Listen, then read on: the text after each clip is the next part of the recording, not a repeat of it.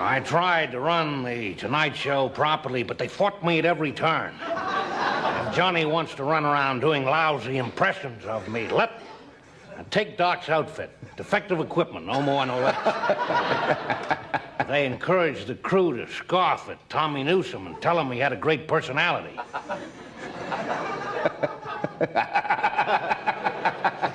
You do that so good. We got on a kick last night. Some entertainers are known for their own unique persona.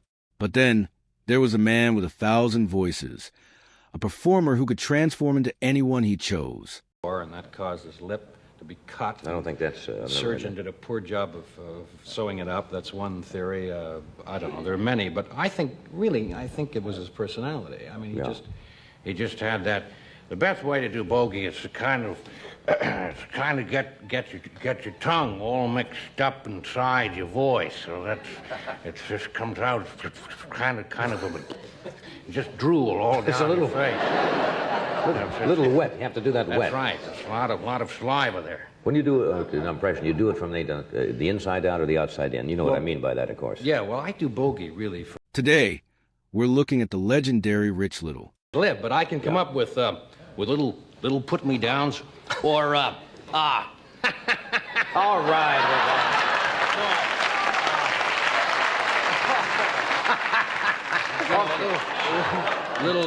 little things that come on, don't start I said one the other night, and when I got off stage, I did not remember what I said. The audience fell over. I probably heard it on this show, put it away in my subconscious. But I did a line the other night. It just popped right out of my mind. I said, may a dog in heat romance your shin for the month of November. Which got screams, but... From his uncanny ability to capture a star's soul to his iconic rapport with Johnny Carson, Rich Little redefined the art of impressionism. I didn't remember saying that. Now, that's total concentration. So you do work inside and try to look out and feel the character and all the body motions. I can really become you. Sometimes... What was the very first one you ever did? I assume you did this in school. Jimmy Stewart was the first one he likes to do, Lionel Barrow. and Jim Stewart, I sang. I did Jimmy Stewart singing in an album once. Rich Little on Broadway. That's good. Give him cookie.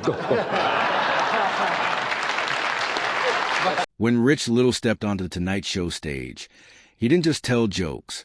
He brought characters to life.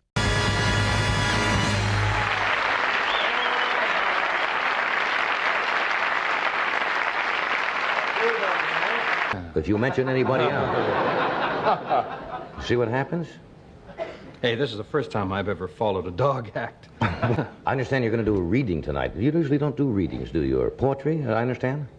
Well, no, I didn't write this like Victor Bruno does, but every year I've done a version of it. Was The Night Before Christmas. This one's called The Night Before Watergate. It was written by a guy named Bob Hanley, a very clever actor-writer, and it's, of course, Richard Nixon telling the story.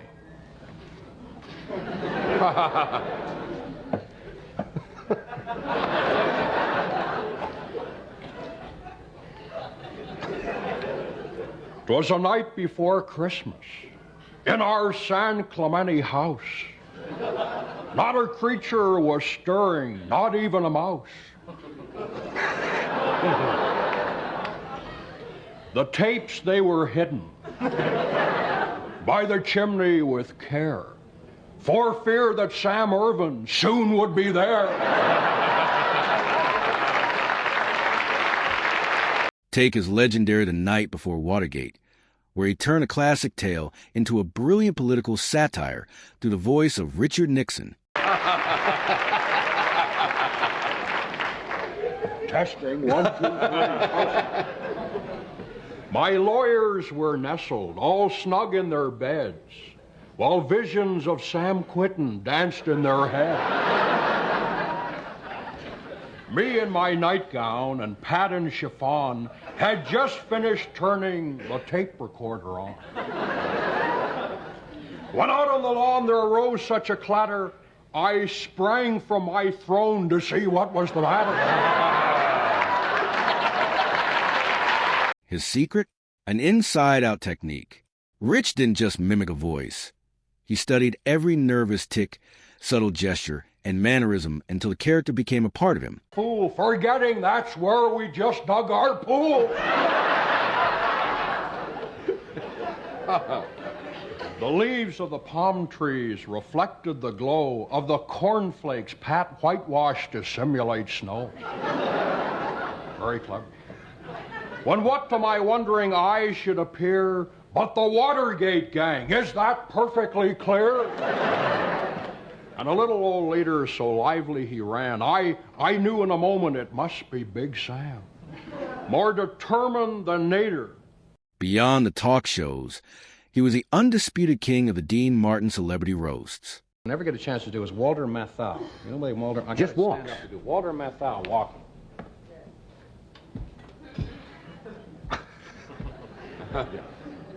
Last night, Standing face to face with his targets, I know there's nothing unusual about this except it was in the closet of our bedroom. Alan Ladd. Alan Ladd running. Alan Ladd running? Jack Webb. Rich would dismantle them with their own voices.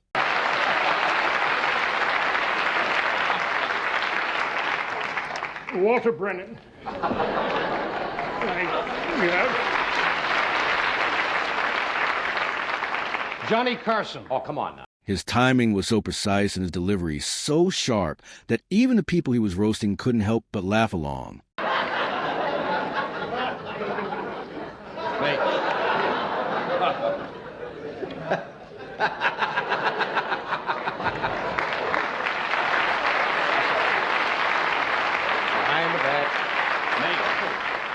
But this genius wasn't accidental. It's your window box. All the time.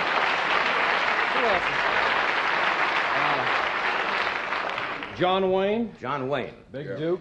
Big Duke.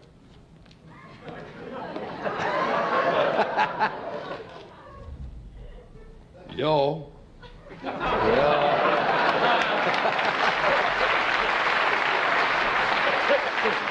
It came from obsession and craft. Women are like elephants to me. I like to look at them, but I wouldn't want to own one.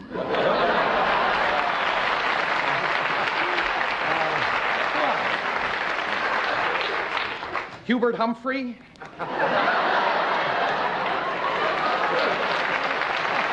Rich would spend months with cassette tapes. My fellow Americans, I'm just as punched as pleased to be here tonight.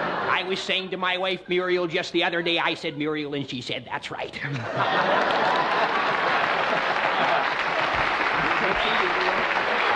Listening to his subjects over and over until he could perfectly replicate their phrasing. This is Orson Welles. I can't come out and say that I liked that dessert because I work for a wine company and I will serve no torta before the porta.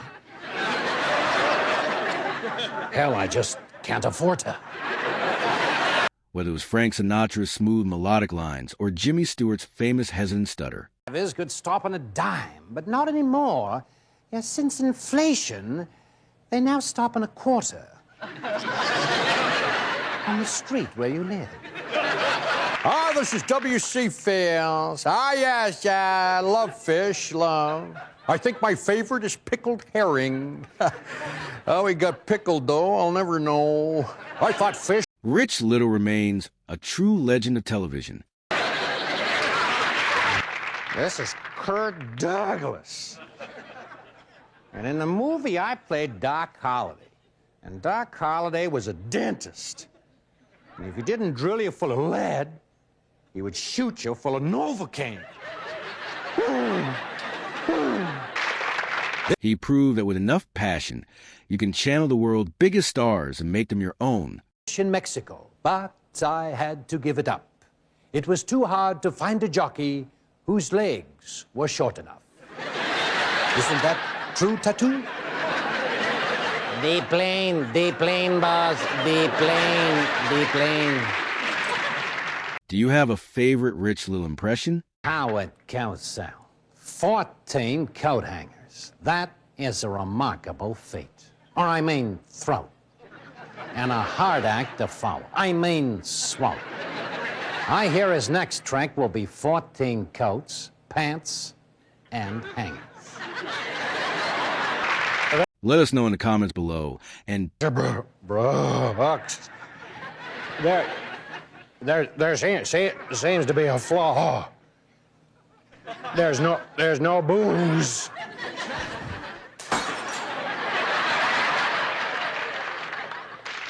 As Don Rickles would say, "Hey, Rich, do you know how that fellow baked you into a cake?"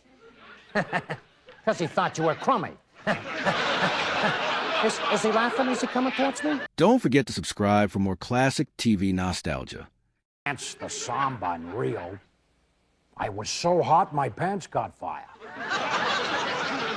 3rd degree George Burns. Oh, this is Dean Martin. You know that Denise Bellman is my favorite performer. Of course, I'm kind of prejudiced because I like anything on ice. I'm glad when I became a man, I didn't have to hang by my toes. Or I never would have become one. This is Liberace. Gee, wasn't that awful? I just hate to see a piano undressed. No candelabra. Oh, this is Dean Martin. You know, those new light bulbs are amazing. Yeah, I screwed a light bulb in last week, and I was lit up for a week. This is Alfred Hitchcock speaking. Mad dogs and Englishmen go out in the noonday sun. When I did a film called The Birds, apparently a group of Englishmen at Bognor Regis suffered a heat stroke while watching my film. And now they think they can fly like birds. Hi there, fun seekers. Johnny Winter's here. You know, my uncle, William Suggins, almost won that contest that year. I remember we took him up to Willowdale Bluff and Scotch taped 250 pigeons to his arms. He took a run and was almost airborne, and some dumb kid threw some popcorn in a rock quarry and he bashed his brains out. This is George Burns. You know, Rich Little had an uncle. Used to do an act just like that. Matter of fact, I worked with him in vaudeville. He was known as Lucky Little. And one day the rope broke, and then he was known as Little Little. Then there was Little Little here, and then Little Little there, and Little Little everywhere. After that, his other uncle refused to do it. He was known as Chicken Little. This is Burt Lancaster. When I was a kid, my mother told me never to go near the water. But I used to practice water skiing on my bare hands. Ha, ha, ha, ha. Until she caught me red-handed. Ha, ha, ha, ha. Yeah, folks, this is Walter Brennan. We'll go anywhere to bring you the story that you want to see. Whether it's lions in Africa, penguins in the Arctic, or gators in Okefenokee Swamp. Just write to us. Confound it! I can't stick around to give you the address because I got trouble out there on the barn. The hens are laying for me. No, it wasn't worth it. Now here's Rich Little with the address. This is Carol Channing. Rosie, when I said diamonds are a girl's best friend, I didn't mean baseball diamonds. This is General George Patton. That's the way to have a war. It lasts for one day. They use blanks and everybody ends up dancing in the streets. The only problem is... Hey, what do the generals do? This is Kirk Douglas. You ask for it, keeps bragging. They'll go anywhere to bring you an unusual story. Well, if that's true, why haven't they examined my dimple? Now, if you know of any unusual person, thing or place like my dimple, it was great. No expression, no movement, no personality. He could be as big a star as I am. You know, we get a lot of letters, and people ask me who my best impression is. It used to be Jack Benny. And for years, I used to think that was the funniest one I did, until Jack one day said to me, "Listen, Rich, the only reason people laugh at your Jack Benny is you're a Canadian, and you say, 'Now cut that oot.' That's why they laugh." Anyway, that's our show. What do you drink anyway? This has got to be a put-on. This has got to be ginger ale. That's ginger ale. I'm Sammy Davis, Jr.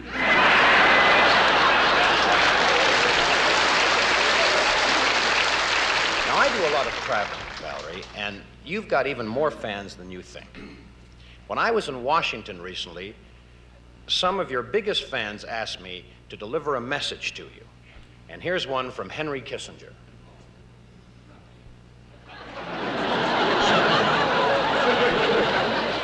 Harry. My wife, Nancy, and I watch your show every Monday night. I must say that we find it very funny.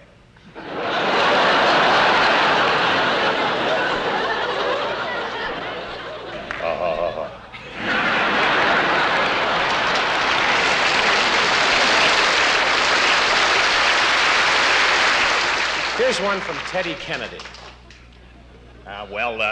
Valerie, all of us Kennedys want to, of course, send you the very best. And each week, our entire family tunes into the Rhoda Show.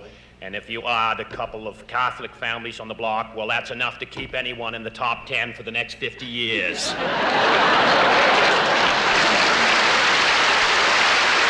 a message from President Ford. Now, I'm not too sure how big a fan he is. President Ford.